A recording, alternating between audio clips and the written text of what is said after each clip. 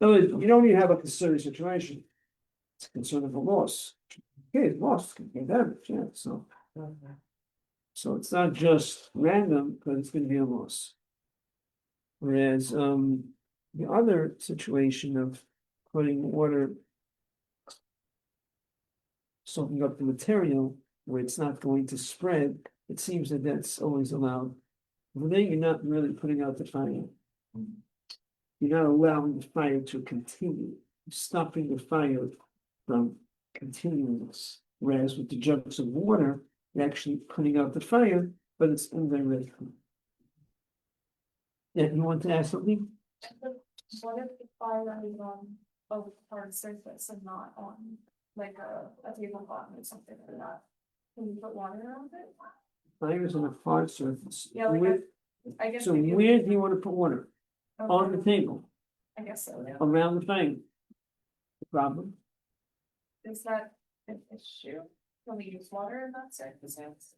You're not I don't know. I just putting wanna water ask. around the fire. Yeah. The issue was you can't put water on the tablecloth This is the policy, okay. because you're washing the tablecloth. Putting water on the table is not a problem. So when it comes to colored liquid, are we thinking like apple juice, like something like? Apple juice, ginger ale, Gotcha, colored, it's not like a white liquid, it's not cleaning it. gotcha. But the grape juice is more of an issue. It's, I mean, you could be lenient. One can be lenient. But it's not the best. With water, you can't do it. Unless it's a dangerous situation, dangerous thing to do else, then, yeah, it's a broader discussion. Remember, this is talking about the lack of extinguishing, we'll talk about it. I don't think we just, I think we did discuss extinguishing. I We think did we carry. I think we talked about like, cause I think I remember bringing up like. I don't monitoring think or we went something. into it so much about the fire breaks on Shabbos, all these details. We did carry. Okay, well, shall we get to it? Okay, question 18. In what way slash situation is it permitted to take medicine on Shabbos? I'm sure why somehow this question came into this sheet. Yeah. What are the situations? Someone's affiliation in this. Very good. This the question is coming. Or it can be if it began before Shabbos. That's already a leniency. Who begins before Shabbos and something that's important for him, then there is a leniency that he could continue into Shabbos. But that's more of a leniency. It's not like a sakana is allowed to take medicine. But so using the leniency because he began taking medicine before Shabbos, says already he's relying on a leniency that's accepted because he already began before Shabbos, he can continue into Shabbos. There's also other ways he could put the medicine into food before Shabbos. Some hold even on Shabbos, different opinions. Okay. Yeah. So I have two questions. The first one is, I think I remember us talking at some point when we were going over like the different types of sick people that there is a time where you can ask like a non-Jew to give you medicine, right? On Shabbos? Talk about like external, like ointments, things like that. Oh, perhaps maybe it was ointment. Topical ointments, not That makes sense. right. So telling a non-Jew to put medicine on you, there's definitely more room you take yourself. Yeah. So that's going to be allowed even if a person is not so sick. So let's say someone is, no, it's clear the sakana where you can take medicine on your own. Then is when your body's very weak, you're not functioning, you feel like you want to be in bed.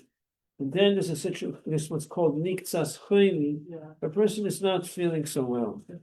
Is he in bed? No, he's functioning. He comes to school, he goes to shul, but he's not feeling under the weather. He's not allowed to take medicine. But if it's a medicine that's external, that has to be put on his body, you can have a guy put the medicine on him.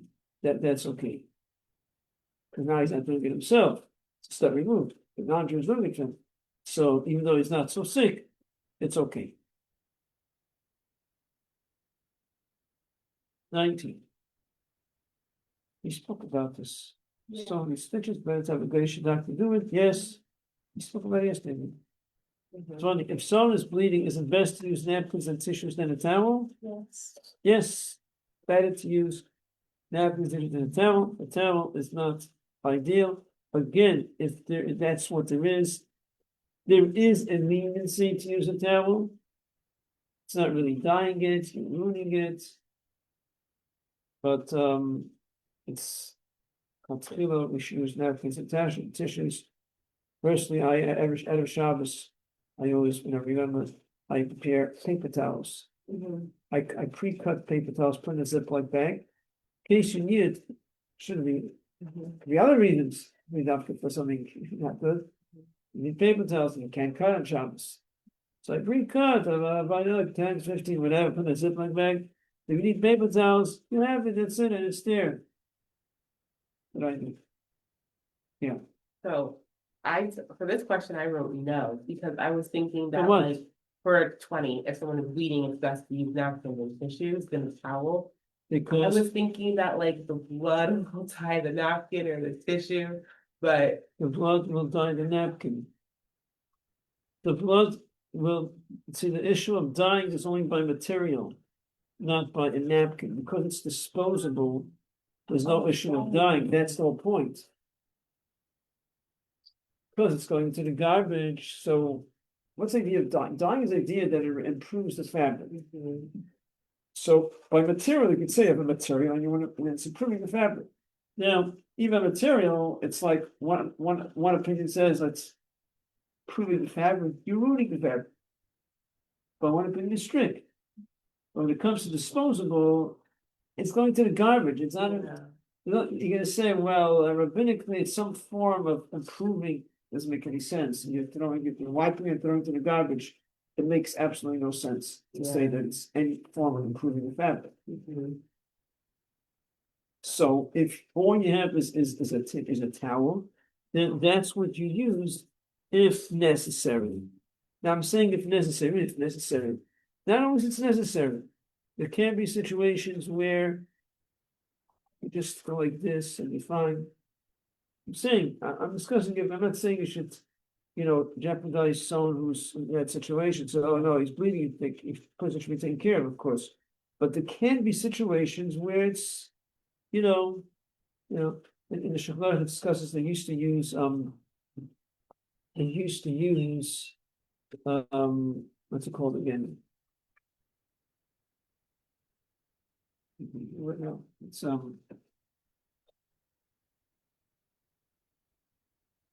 giving the word. It's something that they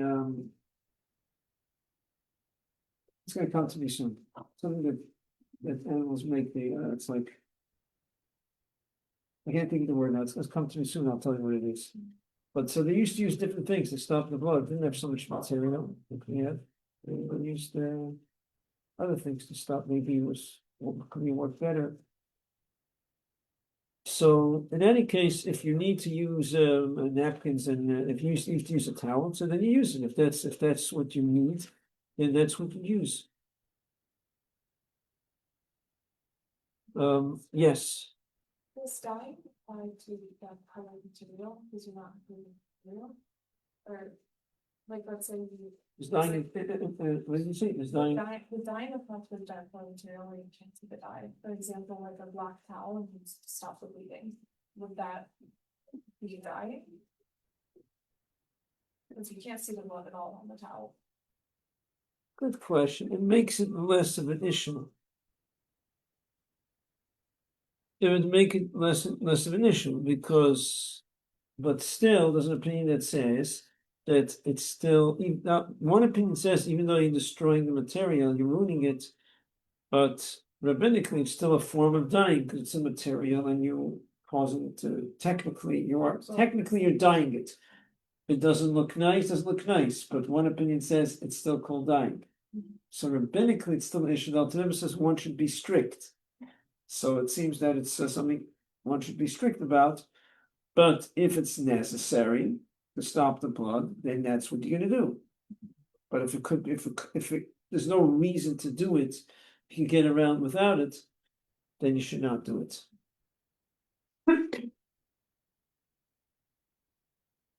Okay. You finish this. I think we want to try to find the word. You can't find what it's called. That comes to me soon.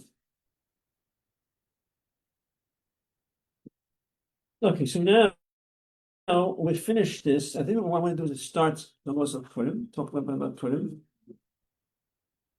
And so we have like this. So Purim is different than Hanukkah. Purim was a physical miracle, was a miracle that protected our bodies. I mean, both miracles are physical. I mean to say that in terms of what was the scale of the miracle, what did it accomplish? And Hanukkah was more of a spiritual victory, because they wanted to stop us from keeping Torah and mitzvahs. Whereas Purim, it was a physical victory because they wanted to kill our bodies. And that is why Purim, it's expressed more in a physical way. There's an obligation to have a feast. It's more rejoicing physically. We're supposed to dress Yom Tov, Shabbos-dik, Yom Tov-dik, especially when it comes to hear the Megillah reading. Whereas Hanukkah, we don't have an obligation to have a Suda. We increase, it's proper. There's no obligation in Hanukkah to have a feast. And we don't get dressed Shabbos to Yom Tov on Hanukkah. However, there's something interesting regarding Purim, that is that it is brought in one of the Mamarim that Purim was also a spiritual victory. Because, I didn't say it in those words, but what it brings out is that if the Jews would, God forbid, convert, they wouldn't be killed. So yes, the decree is against our bodies. But which bodies? Jewish bodies. If you would all convert, God forbid, they wouldn't kill us. So, and they have a Mesirus Nefesh to stay Jews. In other words, not to convert. So it comes out, Purim has in it both in a sense. That's when it comes out. It has also the physical and the spiritual victory, and perhaps that's why Purim is such a great celebration, even greater than Hanukkah. Now, Purim, it's also brought down that when you go to the Megillah reading, the proper thing is to get dressed Shabbos-dik, Yom Tov-dik, and also when we come back from the reading, there should be candles burning. Just like Shabbos and Yom Tov, we light candles. So Purim is also Yom Tov. So there's no candles like for Shabbos and Yom Tov we light with a bracha. We don't do that. There's no obligation, but it's proper that there should be candles burning. Light brings joy, and the proper thing is, it says when people come home from shul, there should be candles burning. At least 2 candles burning. Not necessarily now. Practically, not everyone is able to do that. They're running to show. Not everyone wants to leave candles burning by itself. But at least when they come back, the proper thing is to light candles. That candles should be lit on the table. But it's interesting in Shulchan Aruch it says that when you come home, you should find candles burning. Now, I was thinking that, okay, besides that these days, not everyone feels comfortable leaving candles by itself, but my understanding is that it's not as crucial as it used to be. They should have to find candles burning when you come home, because back then it was dark. You came home, it was pitch dark. You come home, it's Yom Tov, Purim, come home, dark house. Come home, there's light. Now we come home, there's light anyways. But there's still significance in candles, because it's brought down in Svarim. There's something special about candles adding light. So that significance still remains, that proper thing is candles should be lit in the home when you come home. It's not always so easy. Practically, I can tell you from experience, a lot of times I would want to do it before go to Megillah, and then I realized by that time already the table is packed with shalach manas, and it's sort of preparing for Purim and everything. There's so much going on. So if you don't like organize yourself in a certain way, you find that so it's not an obligation, like it's not like the same like the obligation of hearing the Megillah where you have to like, oh, we have to light candles. Okay, we must light. Make it easy, it's the proper thing, and if you're able to gauge things properly and be organized and light candles before, or at least after, could also be chaotic. If the table's full with stuff, you could, oh, I need a light candle. So you have to be aware that it's the proper thing to do, but practically you also have to make it work in a proper way. Meaning it should be done in a way where it doesn't become chaotic, where it's like, oh, we have to light candles, and everyone's getting nervous. Oh, we need to light candles, and there's so much going on. So it has to be done in a way where it doesn't become a stress. Otherwise, it takes away from Purim.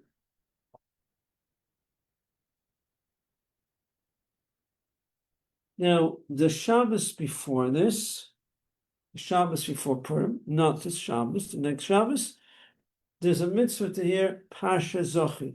So there's a mitzvah in the Torah that we hear Parsha Zochi. Parsha Zochi speaks about remembering what Amalek did to us. Now we should destroy him. Mashiach comes, he will destroy Amalek. And there's a mitzvah in the Torah to hear Parsha Zochi once a year. The Chachamim, our sages, instituted that this mitzvah should be done the Shabbos before Purim, because that's connected to Amalek. Purim is connected to Amalek. Haman comes from Amalek, so it fits to remember Amalek right before Purim, where there was actually the destruction of Amalek, of Haman. And the obligation is both on men and women, though there is an opinion that says that women are exempt. And the reason why some opinions say women are exempt is because they don't have the obligation of destroying Amalek.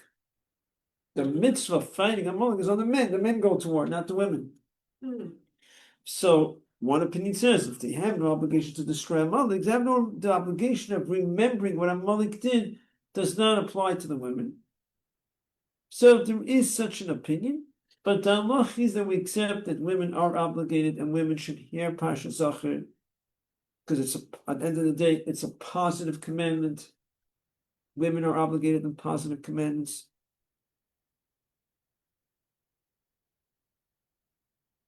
What happens if you did not hear Parsha Zachor?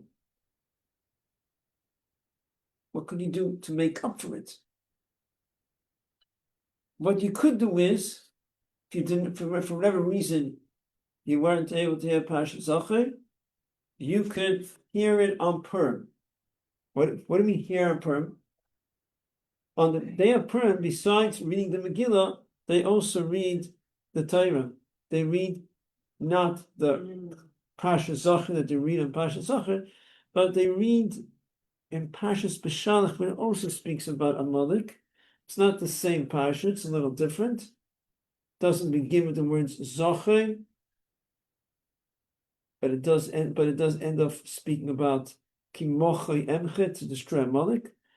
So there's different opinions whether you can fulfill the obligation with that reading for Parsha Zachor. So, but if you didn't hear it on Shabbos, so you make sure to come to Shul the day of Purim. You'll hear Megillah also. It's read right before Megillah reading. So whenever they announce Megillah reading during the day, it's right before, a few minutes before. But then, the one who's reading the Torah, the Balkaire, has to be told to have in mind those who do not hear Parsha Zachor. Because if he doesn't have your mind, you're not Yitzhak. Like any other mitzvah, especially a mitzvah that's Minat Torah, if you don't have intention to be Yitzhak, and the one who's being Yitzhak does not have your mind, you're not Yitzhak. So that's crucial. Kavan, it's like you come to show, okay, I need to hear, okay, I heard it. Then the Balkaire who's reading wasn't even thinking about it. He was just reading it. You're not, it's zero, it's nothing. Because if you didn't have your mind, you're not Yitzhak. So I'm sure I always make sure I talk about Balkaire when he's reading. Have in mind, when you're reading, just have in mind, whoever wants to hear Parsha Zachor can be Yitzhak. make an announcement also, those who weren't able to. It's not the ideal situation because not everyone holds that you could fulfill the obligation with that reading, but if you didn't, do that. The day before Purim is the fast of Esther, called Tainus Esther, and the meaning and there's the obligation to fast on that day. It's more of an easier fast. Even someone who's not feeling well doesn't have to fast. They should discuss it with a Rav before they make a decision on their own, but there's more leniencies. For sure, pregnant women, nursing women are exempt. Actually, pregnant and nursing women are also exempt on other fast days, on, let's say, the fast of the 17th day of Shabbos Tammuz. Yeah, they're exempt. Sarah B'Tevis, they're exempt. Tzem Gedalia, they're exempt. However, within there are opinions that say that if they feel they're able to, then they should push themselves. But these days, anyways, everyone is considered we're a weaker generation, so we're lenient. But in essence, on those fast days, if they feel they're able to, they should. Whereas the fast of Esther is much easier than halachically, even back in the days. You're pregnant, nursing, even if you feel you could fast, but you're ready, you need more, you don't have to fast. So, and then in general, if a person is not feeling so well, under the weather, whereas other fast days, it's a little more, well, just like you're a little under the weather, but you're functioning. So now we have a bit of a cold. So, Tainus Esther, you could be more lenient, but as we discussed with the Rav, it's not just like, okay, I don't feel so well. It means that it's causing a certain hardship. So there is much more leeway in the fast of Esther than the other fast days. In other words, there is Yom Kippur, Tisha B'Av, which is very strict. Then there's the other fast days, and then this Tainus Esther on the bottom of the list. That's like very easy, but not easy to the extent. But not easy just I feel a little like Thursday. I don't feel no. There has to be something to it. There has to be some attachment. Not just I feel a little bit no, not feeling well. There's something that you have. Yeah, there's something going on that's making your body feel a little weak. Not just I woke up on the left side. Or I didn't sleep so well. Yesterday I was running. There has to be something to it. Now, according to many opinions, a chosin and kala during Sheva Brachas, if Tainus Esther is in the middle of Sheva Brachas, they don't have to fast. So if you get married any day from Zayin or Vav, but it's really the night of Zayin, Ches, Tes, Yud, Yalvez, and Gimel. So if Tainus Esther is on during Sheva Brachas, you don't have to fast. So it's a good time to plan your wedding between Zayin and Yud Beis. Huh? We have one of the Machomras getting married on Zion Adar. Really? She got a Goldwasser? But not here. No, she's getting married in Argentina, but she's getting married on Zion Adar. Zayin, okay, so you have to let her know that she does her.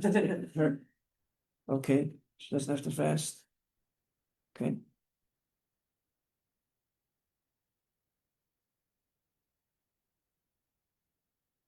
Now, I assume, Yes. just for Shuli and other people who might get married on that day, like you still obviously have to fast because it's your wedding day, but your Shabbat brachas, you don't have to fast if like your Tainus Esther happens like on your Shabbat brachas.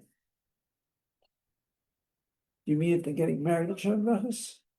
I mean, I'm sorry, if if they're getting married on Zion Tainus Esther? Yeah, that's true. I was thinking Zion Adar, but like, yeah, If they're Tainus getting Esther. married on Tainus Esther, then it will fast. Can you get Can you get married on Tainus Esther? Can't think of a reason why not. I think people do it. I never heard of anyone doing it because it's a hard day to get married on a fast day. It's just not. It's just very difficult. It's just not practical. You're fasting, and you can't get married on Purim. You cannot get married because you can't. You're not supposed to mix two simchas together. So you can't get married on Purim. You're not allowed. So in necessity you could. The necessity could get married. But it's just very difficult. It's like, it's very overwhelming. Megillah reading and this going to the wedding. It's just not practical. Yeah. Now, when we go to hear the Megillah reading the night of Purim, we are usually still fasting. Question is, can you break your fast before Megillah reading? Because the fast is already over. But now it's already Purim.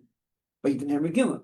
Because you didn't hear Megillah yet, and it's a very special mitzvah, it's brought down that we're not supposed to eat a meal before you hear the Megillah.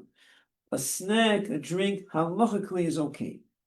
There is a custom brought down, which is a good thing to do, to refrain from eating or drinking anything before Megillah reading. Yeah. However, if a person feels weak and they just feel like it's difficult for them and it's going to affect their mood, it's going to affect their quality of listening to the Megillah and doing it with joy, then it's okay if they wish to choose this option of drinking something. It's okay. So it's really up to you. You have to gauge yourself. How do you feel about it? You feel, I want to keep this custom. I'm happy. I'm going to be with Simcha. It's Purim. It's okay. I can handle it. I'm going to listen to the Megillah. But if you feel like it's like a burden, I wish I could just hear the Megillah and drink something to me. Then you have to go on Mesiras Nefesh and feel resentful that now I'm going to drink before Megillah reading. Okay, drink and be b'simcha. So you have to decide, are you going to be b'simcha? You're going to do it. In other words, it's really a general outlook. It's things that we're obligated to do. We have to do everything b'simcha, but it's obligated. When it comes to things that are more custom and more proper, your approach has to be that you want to do it because you're happy about serving Hashem in a better way. But if it becomes like a burden, I have to do this, then it almost defeats the purpose in a certain way. So then you want to take a step back and take it easy. You're not excited about it. You don't have to do it. Even just Hashem, serve Hashem with joy. One day you'll feel like you want to take it upon yourself. And you're okay, you're able to handle it, you'll do it with joy. But just to do it and feel like resentful, like, well, the fast is over, really, I could drink. No, but there's a custom not to drink. Okay, I can't drink. I feel like I want to drink. So drink, just drink and don't get stressed out about it. Drink. And you hear the Megillah, you do it with Simcha. Okay? Okay. So we'll continue with Shem next week. Good Shabbos, everyone. Good Shabbos. Thank you so much. Thank you. Shabbos. Shabbos. Thank you.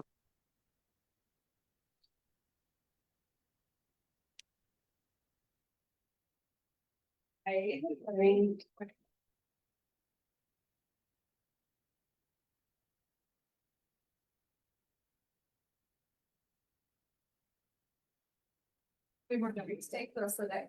I think I'm gonna leave right now, just to put up the fruit that I'm taking with me on the bus. Yeah, valid.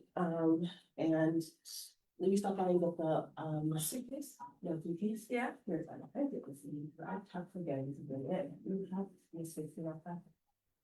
Yes, hold on one second. Sorry. No, it's so fine.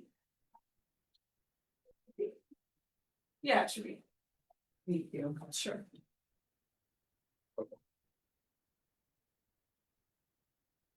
No, that's not. Again, How do I this do is this? so welcome to this case. I hope that it's big enough. For what you need. Oh, It's here we a go. big suitcase.